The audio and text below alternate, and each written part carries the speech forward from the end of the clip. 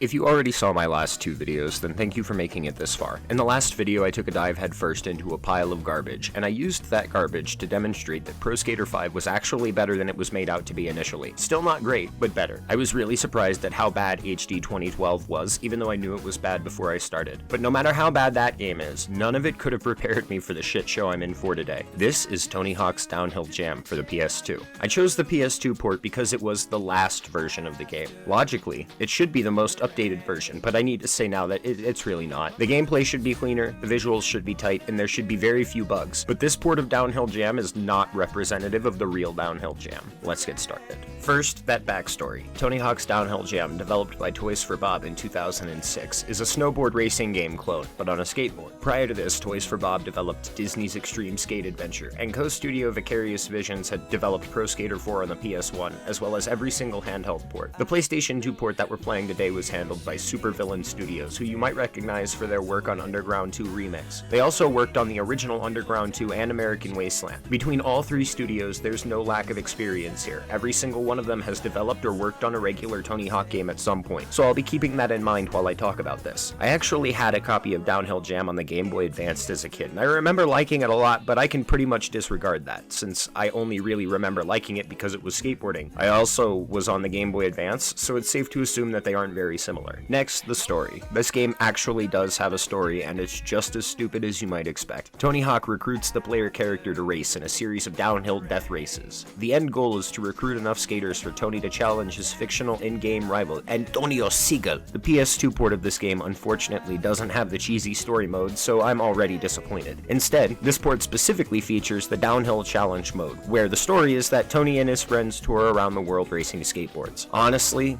this is bullshit. There's no justifiable reason to cut the story mode outside of laziness. Quantum of Solace, a game that came out on the PS3, also got a PS2 port, with every piece intact. This game had so much more time than every other version. Points lost for blatant laziness. I'm not saying Tony Hawk games have to have a story, but not having this one particularly makes it feel really empty. Before I talk about the gameplay, I want to talk about the visuals. This game looks fucking horrible. Have you ever seen Boom Boom Sabotage? This is Boom Boom Sabotage, the video game. All of the characters look like toys, and they don't mix in well with the level design. To make it worse, each race begins with one of these pre-rendered faces that somehow look even worse than the actual character models. At least the levels themselves are well made. Most of them have a lot of object variety and vibrant color. The only level that looks genuinely terrible is Machu Picchu. It's a lot of green on gray, and it feels just really soulless. Speaking of soullessness, there are only two pro skaters in this entire game. Tony Hawk's there, of course. Then there's Kevin Stab. If you don't know who he is, Kevin Stab is an old school skateboarder from the Del Mar era. He's one of the many legends of the 80s and 90s, and is definitely a worthy pro for a pro skater title. But he's only in this one in Project 8. That is honestly kind of disrespectful, but I'd be surprised if Kevin even knew he was in this game. It's such a weird thing to be a part of. So since there aren't any pro skaters to play as, what are the characters like? Well,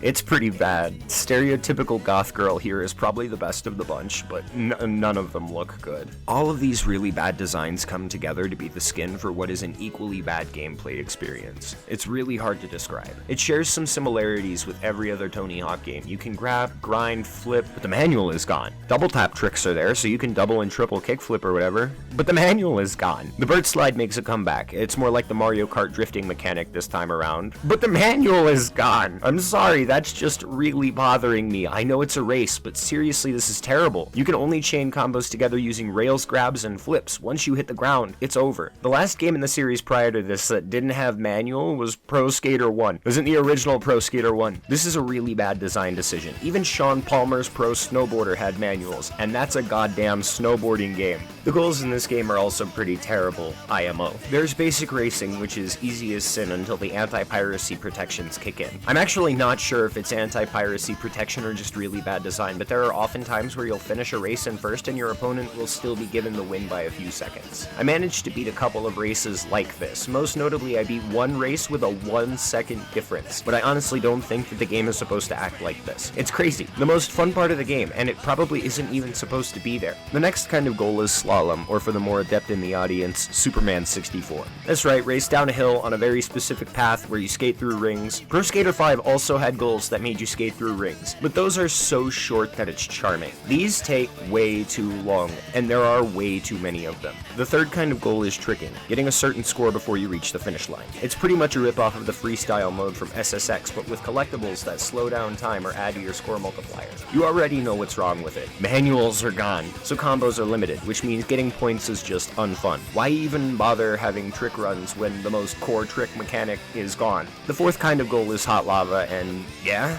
It's supposed to be a way to turn each track into a parkour puzzle, but it really is just an annoying way to teach you extremely limited tech lines. Somebody on one of the development teams made the executive decision to frustrate the fuck out of players, and then we got this. The last goal that I want to spotlight is Cash Grab, which is probably the most fitting name out of any of them. At least it was self-aware. It's a collectathon where you race downhill picking up coins to meet a specific cash value at the end. It's bad, boring, and pretty much the most forgettable part of the game. Every once in a while, you'll race one of the many unlockable skaters in a 1v1. These races suck. Racing is already the easiest part of the game, so having less competition just makes it even easier. The rivals don't do anything cool either. Have you ever beaten Tony Hawk's Underground? In the final goal, tear up Eric's best line. Eric will throw fire around you to trip you up and make it harder. They couldn't even do some shit like that here. It's so boring and lifeless that it actually kills the motivation to win. Not like you really need to try that hard. The one thing this game has going for it is the soundtrack, and even that's arguably just wrong. It's all good, but staring at the game underneath it makes it all much worse. There's a lot of what you'll find in pretty much any Tony Hawk game, crude lyrics and all, so that for the kids thing gets pretty much thrown out the window. The style of playlist is correct in that it's music you might find on a skater's MP3 player, but the actual songs themselves don't align with this toy box theme that the game is shooting for. It's a much better soundtrack when it's played over any of the other regular games. I went through and generalized the bulk of the gameplay, but I feel that it's only fair that I talk about how it actually feels to play. It's okay sometimes, and things definitely do work, but that's not really a good thing. It's just more, it's functional. You can grind, grab, and flip without fail. It just feels really dirty. This game has an extremely lenient rail balance meter, meaning you can grind for pretty much the entire track without ever getting interrupted. Flipping and spinning and stuff, it all looks and feels fine, I guess, but there's such a loose window for landing or hitting a rail that it feels brainless. Like playing Underground on Too Easy. You can land almost sideways and still just fumble back into position. At least it isn't broken. The game is perfectly functional. If you're a lot more casual, you might actually like it a lot more than I do. I want to finish everything out by saying that this game is terrible from my perspective, but it's not terrible because it's an unfinished prototype like Pro Skater HD. It's terrible because it's a finished game with a lot of really bad decisions. In my opinion, fighting surreal odds and failing is a lot more forgivable than just shitting the bed on a beloved series. Tony Hawk's Downhill Jam for the PS2 is quite literally a lazy cash grab, and it was meant entirely to capitalize on the brand. The unique and creative parts of it are a hodgepodge of different brains that couldn't come together to make it flow correctly. Even in the moments where it shines the most, it's just so damn boring. I don't know how this port stacks up against the other ports, but I do know that this one in particular sucks. With all of that said, I'll give Tony Hawk's Downhill Jam for the PS2 a rating of 2 out of 10. It gets one thing and one thing only, a decent soundtrack that doesn't even belong there. It's one thing to get dealt a bad hand. It's an entirely different thing to actively make terrible decisions. I may have been able to forgive this game if the development time was more limited, or if the devs hadn't already worked on a Tony Hawk game before, but the conditions were perfect for this game, and it just absolutely sucks. Instead of playing this game, just go listen to the soundtrack over one of the others, because that, at least, is interesting and exciting. I'm happy to be done with it, but that doesn't mean I'm done with bad Tony Hawk games. There are still 3 more shit piles to dive into.